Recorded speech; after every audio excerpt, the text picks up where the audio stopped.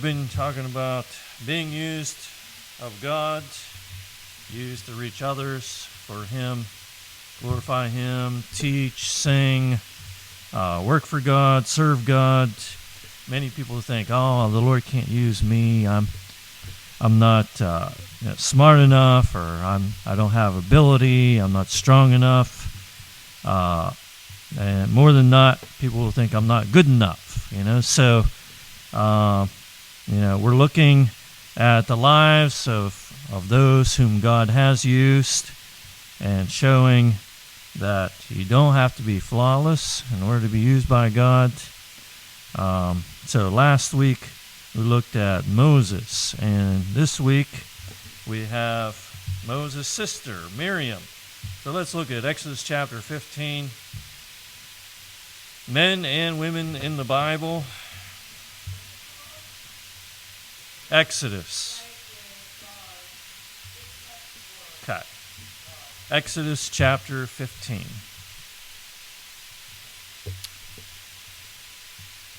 So this is, the children of Israel left Egypt and Red Sea opened up. They walked across on dry ground.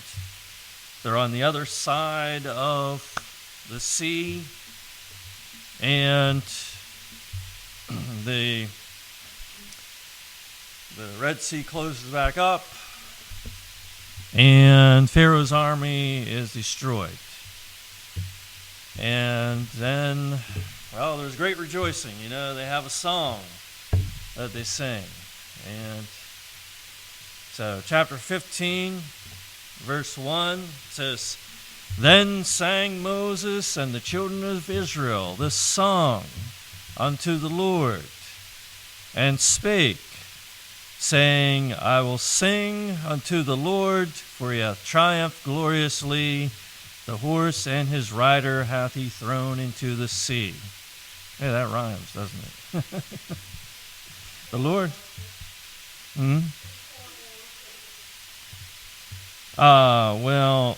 They were Pharaoh's horses, so too bad for them. "The Lord is my strength and song, and he is become my salvation. He is my God, and I will prepare him an habitation, my father's God. And I will exalt him. The Lord is a man of war. The Lord is his name. Pharaoh's chariots and his host hath he cast into the sea. His chosen captains also are drowned in the Red Sea." And it goes on, and so there's this song that they sang. And now down in verse 20, we find, "And Miriam, the prophetess, the sister of Aaron," Aaron was Moses' brother, and Miriam was Moses' sister, so they were both older than he was, a little bit older. And calls her a prophetess. And what did she do? She took a timbrel in her hand, musical instrument, and all the women went out after her with timbrels and with dances. And Miriam answered them, Moses at times, and Aaron was spiritual leader, led the Levites, worship of the Lord. And Miriam, she led in singing. And then we find out more about them in Numbers. So turn forward. There's Exodus, and then there's Leviticus, and then there's Numbers. Numbers chapter 12.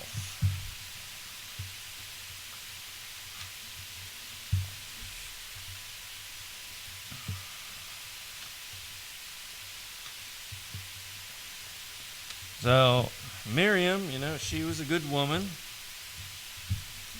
And, she helped Moses. And in Numbers chapter 12, then we're going to find where Miriam and Aaron, where they made some mistakes. They messed up. All right, so Numbers chapter 12, and in verse 1, and Miriam and Aaron spake against Moses because of the Ethiopian women whom he had married. So Miriam and Aaron, they're older than Moses. They're probably, older brother and sister. They want to tell you, right, what to do, what you should be doing, correct you when you're wrong. I don't know if it was that or just, Miriam and Aaron felt that they were pretty special, that and they were correcting Moses. Oh, you shouldn't have married that Ethiopian woman. For he had married an Ethiopian woman. So they weren't pleased with this marriage. They didn't like it that he married this woman. Yeah, he's a Hebrew. Why is he marrying an Ethiopian? And they said, hath the Lord indeed spoken only by Moses? Hath he not spoken also by us? So, here they're voicing their opinion, it's like, Moses, you think too highly of yourself. We think you're thinking too highly of yourself. So here you have Moses being judged, not supposed to judge people, for their motives. Can't see somebody's heart. You don't really know why they do what they do. And and the Lord did speak through Aaron, and he spoke through Miriam. So it was true, but the Lord knew what they were getting at, and that their hearts were not right. And so it says, and the Lord heard it. So, yeah, the Lord hears everything. So everything that we say, we need to be careful what we say. Wow, even more so today. Everything that you text or, email or, there's so much technology that, can expose what we've said, and, you can't take it back. So, but the Lord he hears everything. So that's a given. It's he doesn't need any technology for it. He's all powerful. He hears all. So the Lord heard it. Verse 3, now the man Moses was very meek above all men that were upon the face of the earth. So meekness, that's, we should be meek.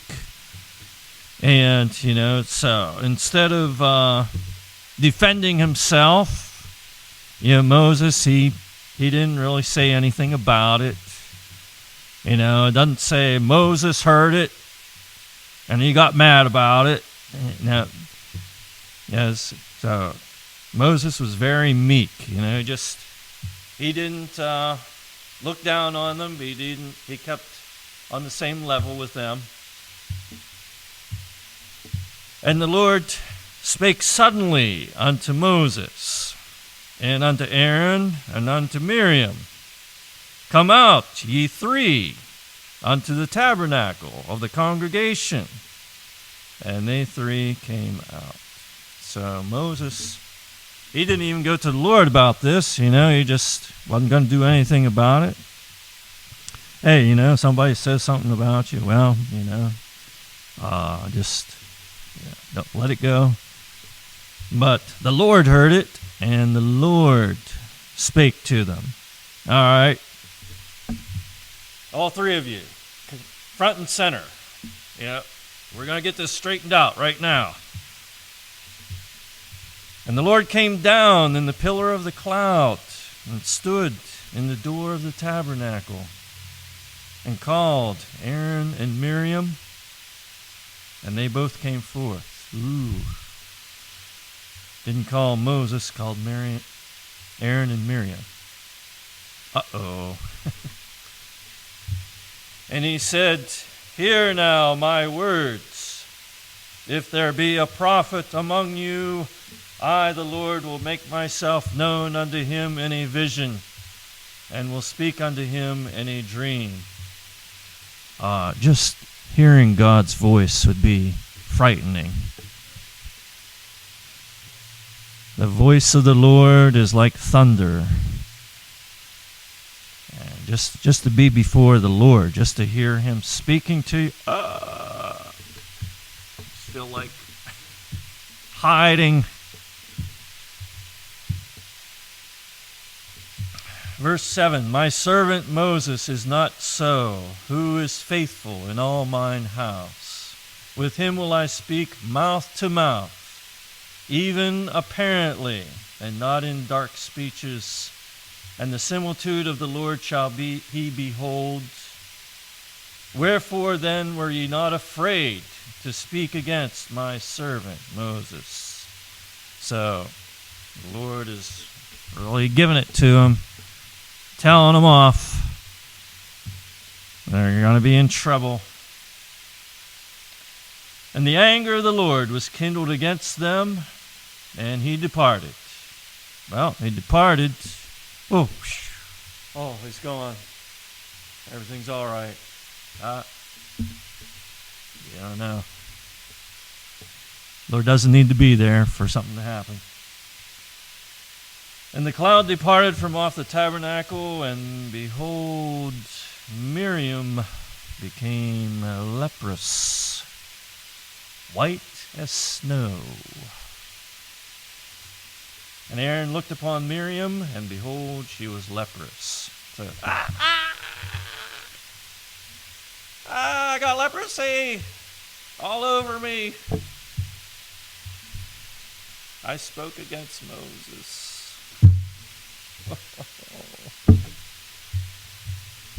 And Aaron said unto Moses, Alas, my Lord, I beseech thee, lay not the sin upon us. So now, Aaron, he's begging for mercy.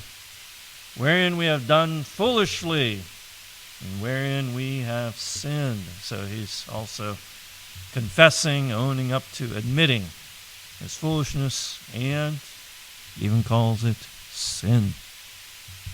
That's hard to get people to do, to acknowledge, to confess that they have sinned. Oh, I made a mistake, or, something happened.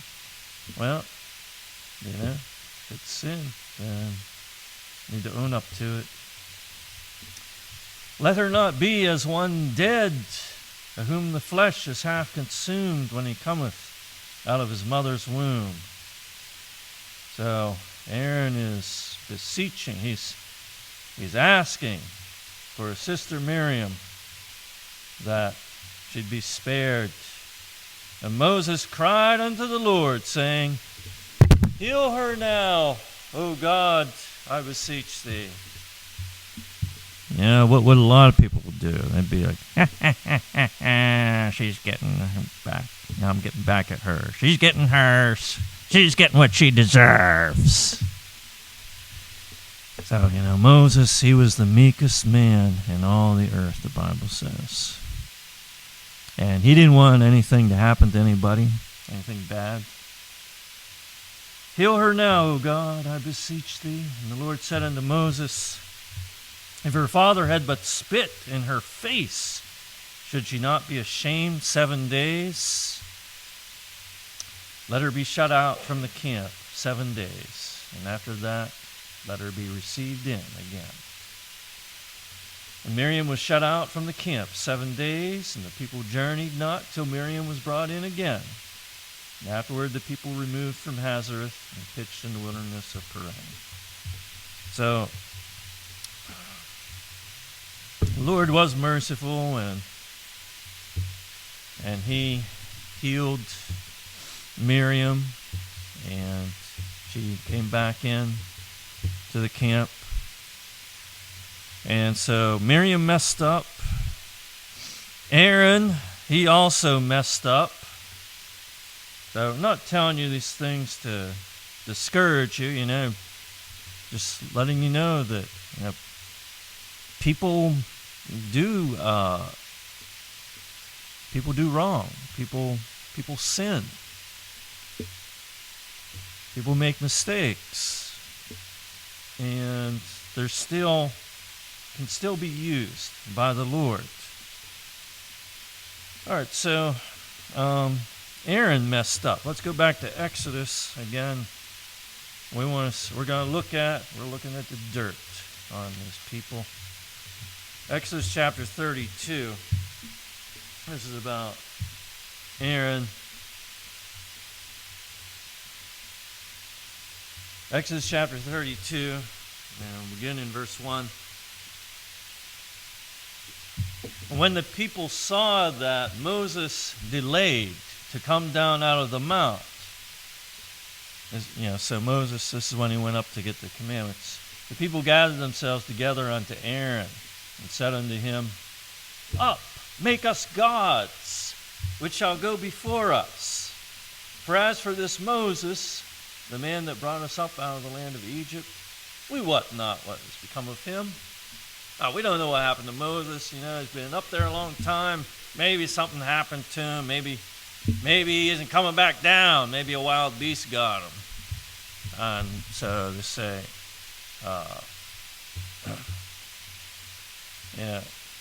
make us gods, they told Aaron. And Aaron said unto them, Break off the golden earrings which are in the ears of your wives, of your sons, and of your daughters, and bring them unto me. And all the people brake off the golden earrings which were in their ears, and brought them unto Aaron. And he received them at their hand, and fashioned it with a graving tool, after he had made it a molten calf. And they said, These be thy gods, O Israel, which brought thee up out of the land of Egypt. So they're worshiping this idol, a statue made out of gold. And, so the calves, the oxen did pull the carts, brought them out of the land of Egypt. So, basically you get the idea. We worship, what we think has worth to it, what we think is good. What's, this has helped me. People worship that way. When Aaron saw it, he built an altar before it, and Aaron made proclamation and said, Tomorrow is a feast to the Lord. And they rose up early on the morrow and offered burnt offerings and brought peace offerings, and the people sat down to eat and to drink, and rose up to play. The Lord said unto Moses, Go, get thee down, for thy people, which thou broughtest out of the land of Egypt, have corrupted themselves. They have turned aside quickly out of the way, which I commanded them. They have made them a molten calf, and have worshipped it, and have sacrificed thereunto, and said, These be thy gods, O Israel, which have brought thee up out of the land of Egypt.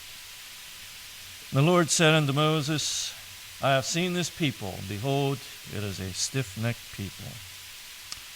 We're going to skip down to verse 21.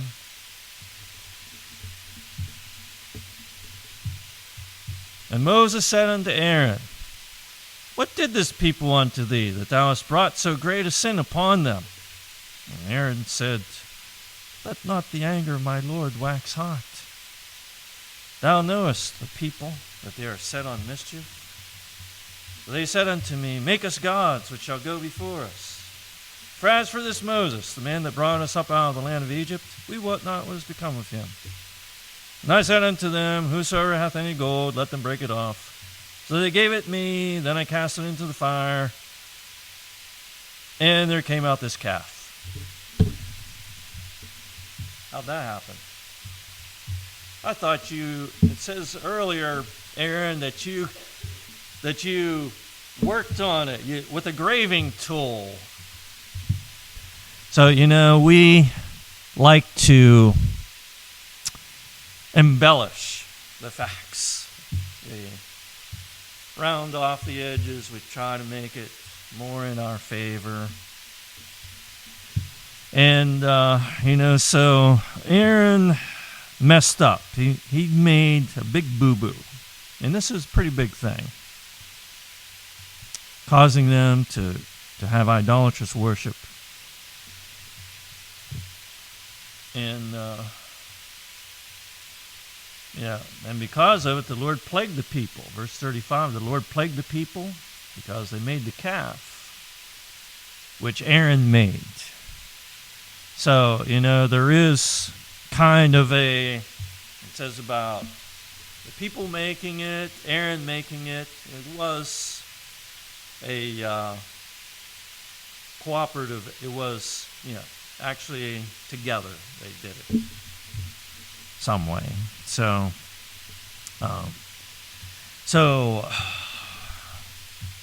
this was not good. So this is two things, that Aaron did.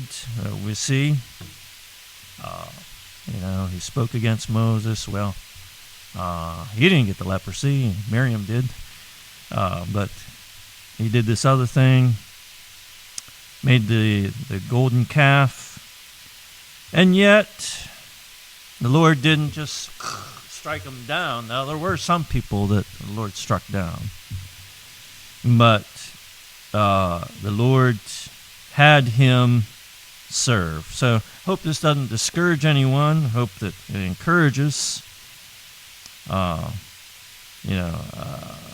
Some people may feel, well, I don't want to make any mistakes, so I'm not going to do anything. Well, not to serve the Lord is worse. If you don't do anything for him, he'll spew you out of his mouth. So I hope that it encourages I want you to see that these people, Miriam and Aaron, even though they messed up, God still considered them his servants. So let's look in Micah. So this is toward the end of the Old Testament. Micah. Hosea, Joel, Amos, Obadiah, Jonah, Micah.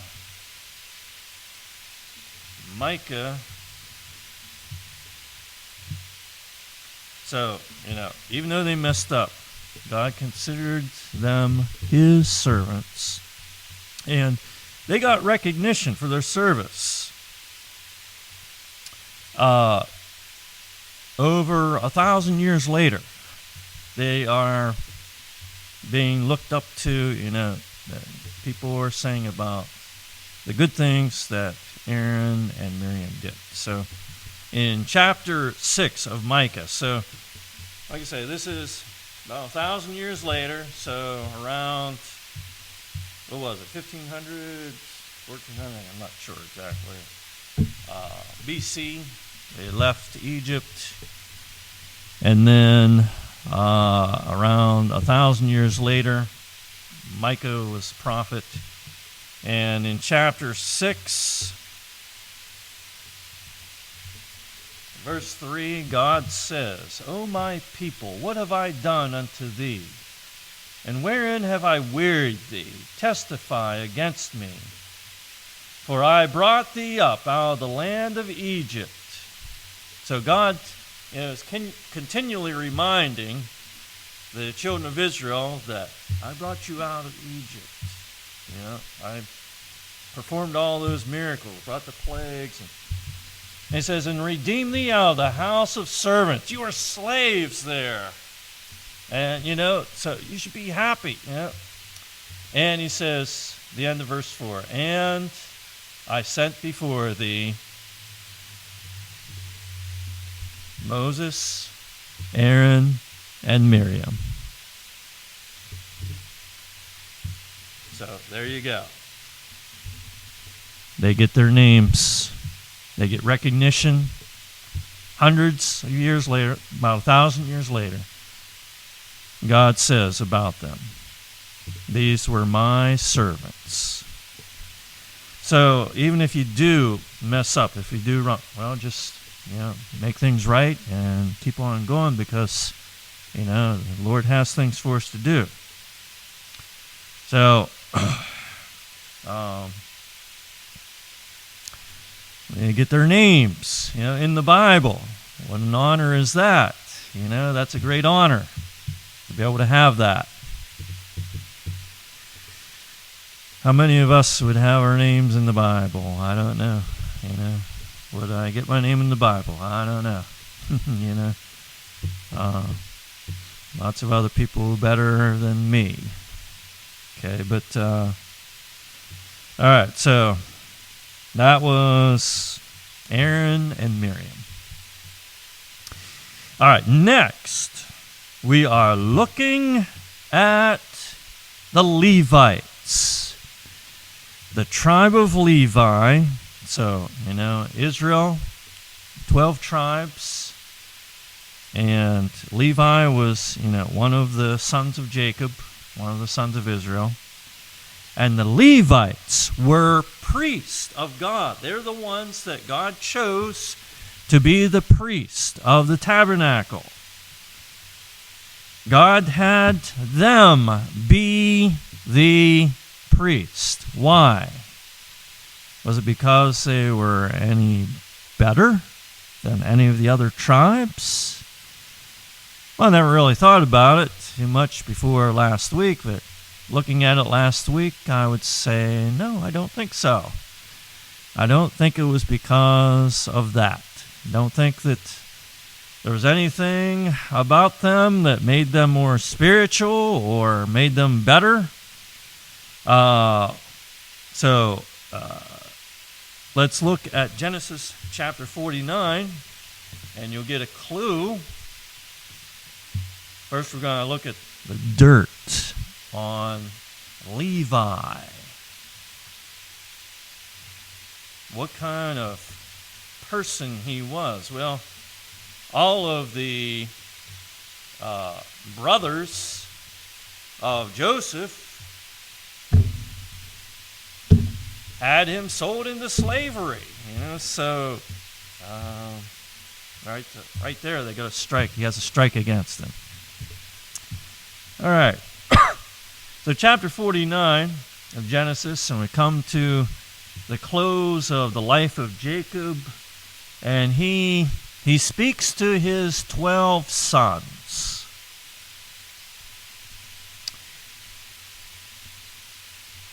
And he has some good to say, he has some bad things to say about them. And in chapter 49, in verse 5, this is what Jacob says about his two sons, Simeon and Levi. Simeon and Levi are brethren. Instruments of cruelty are in their habitations. What does that mean? Sounds like they had some cruelty to them. Instruments, weapons, or maybe, the ability or the cunning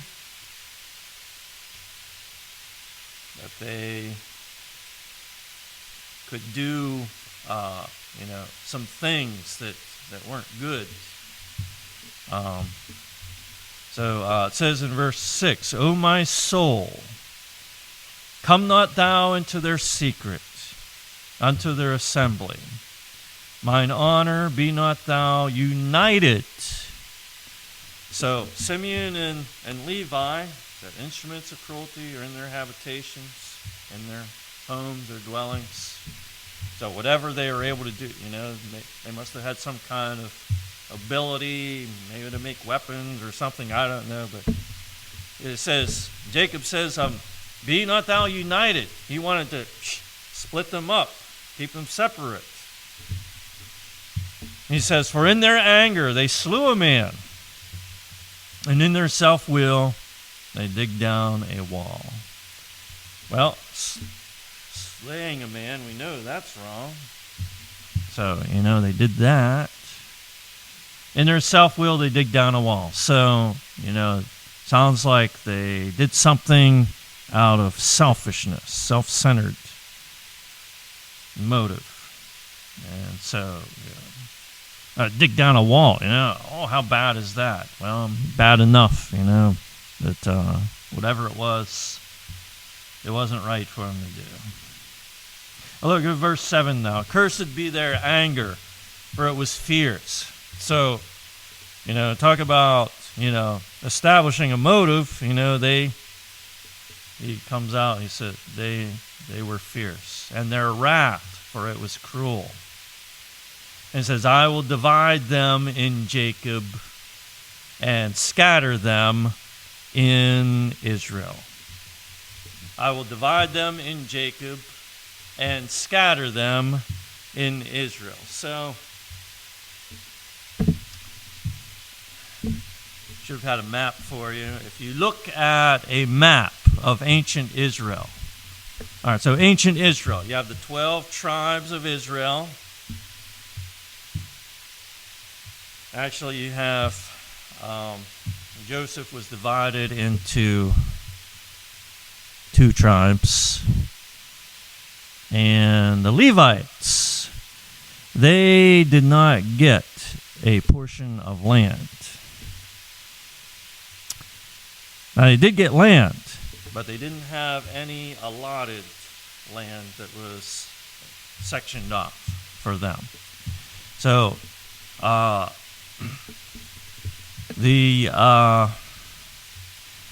Simeon, Simeon and Levi, Jacob wanted them to be separate.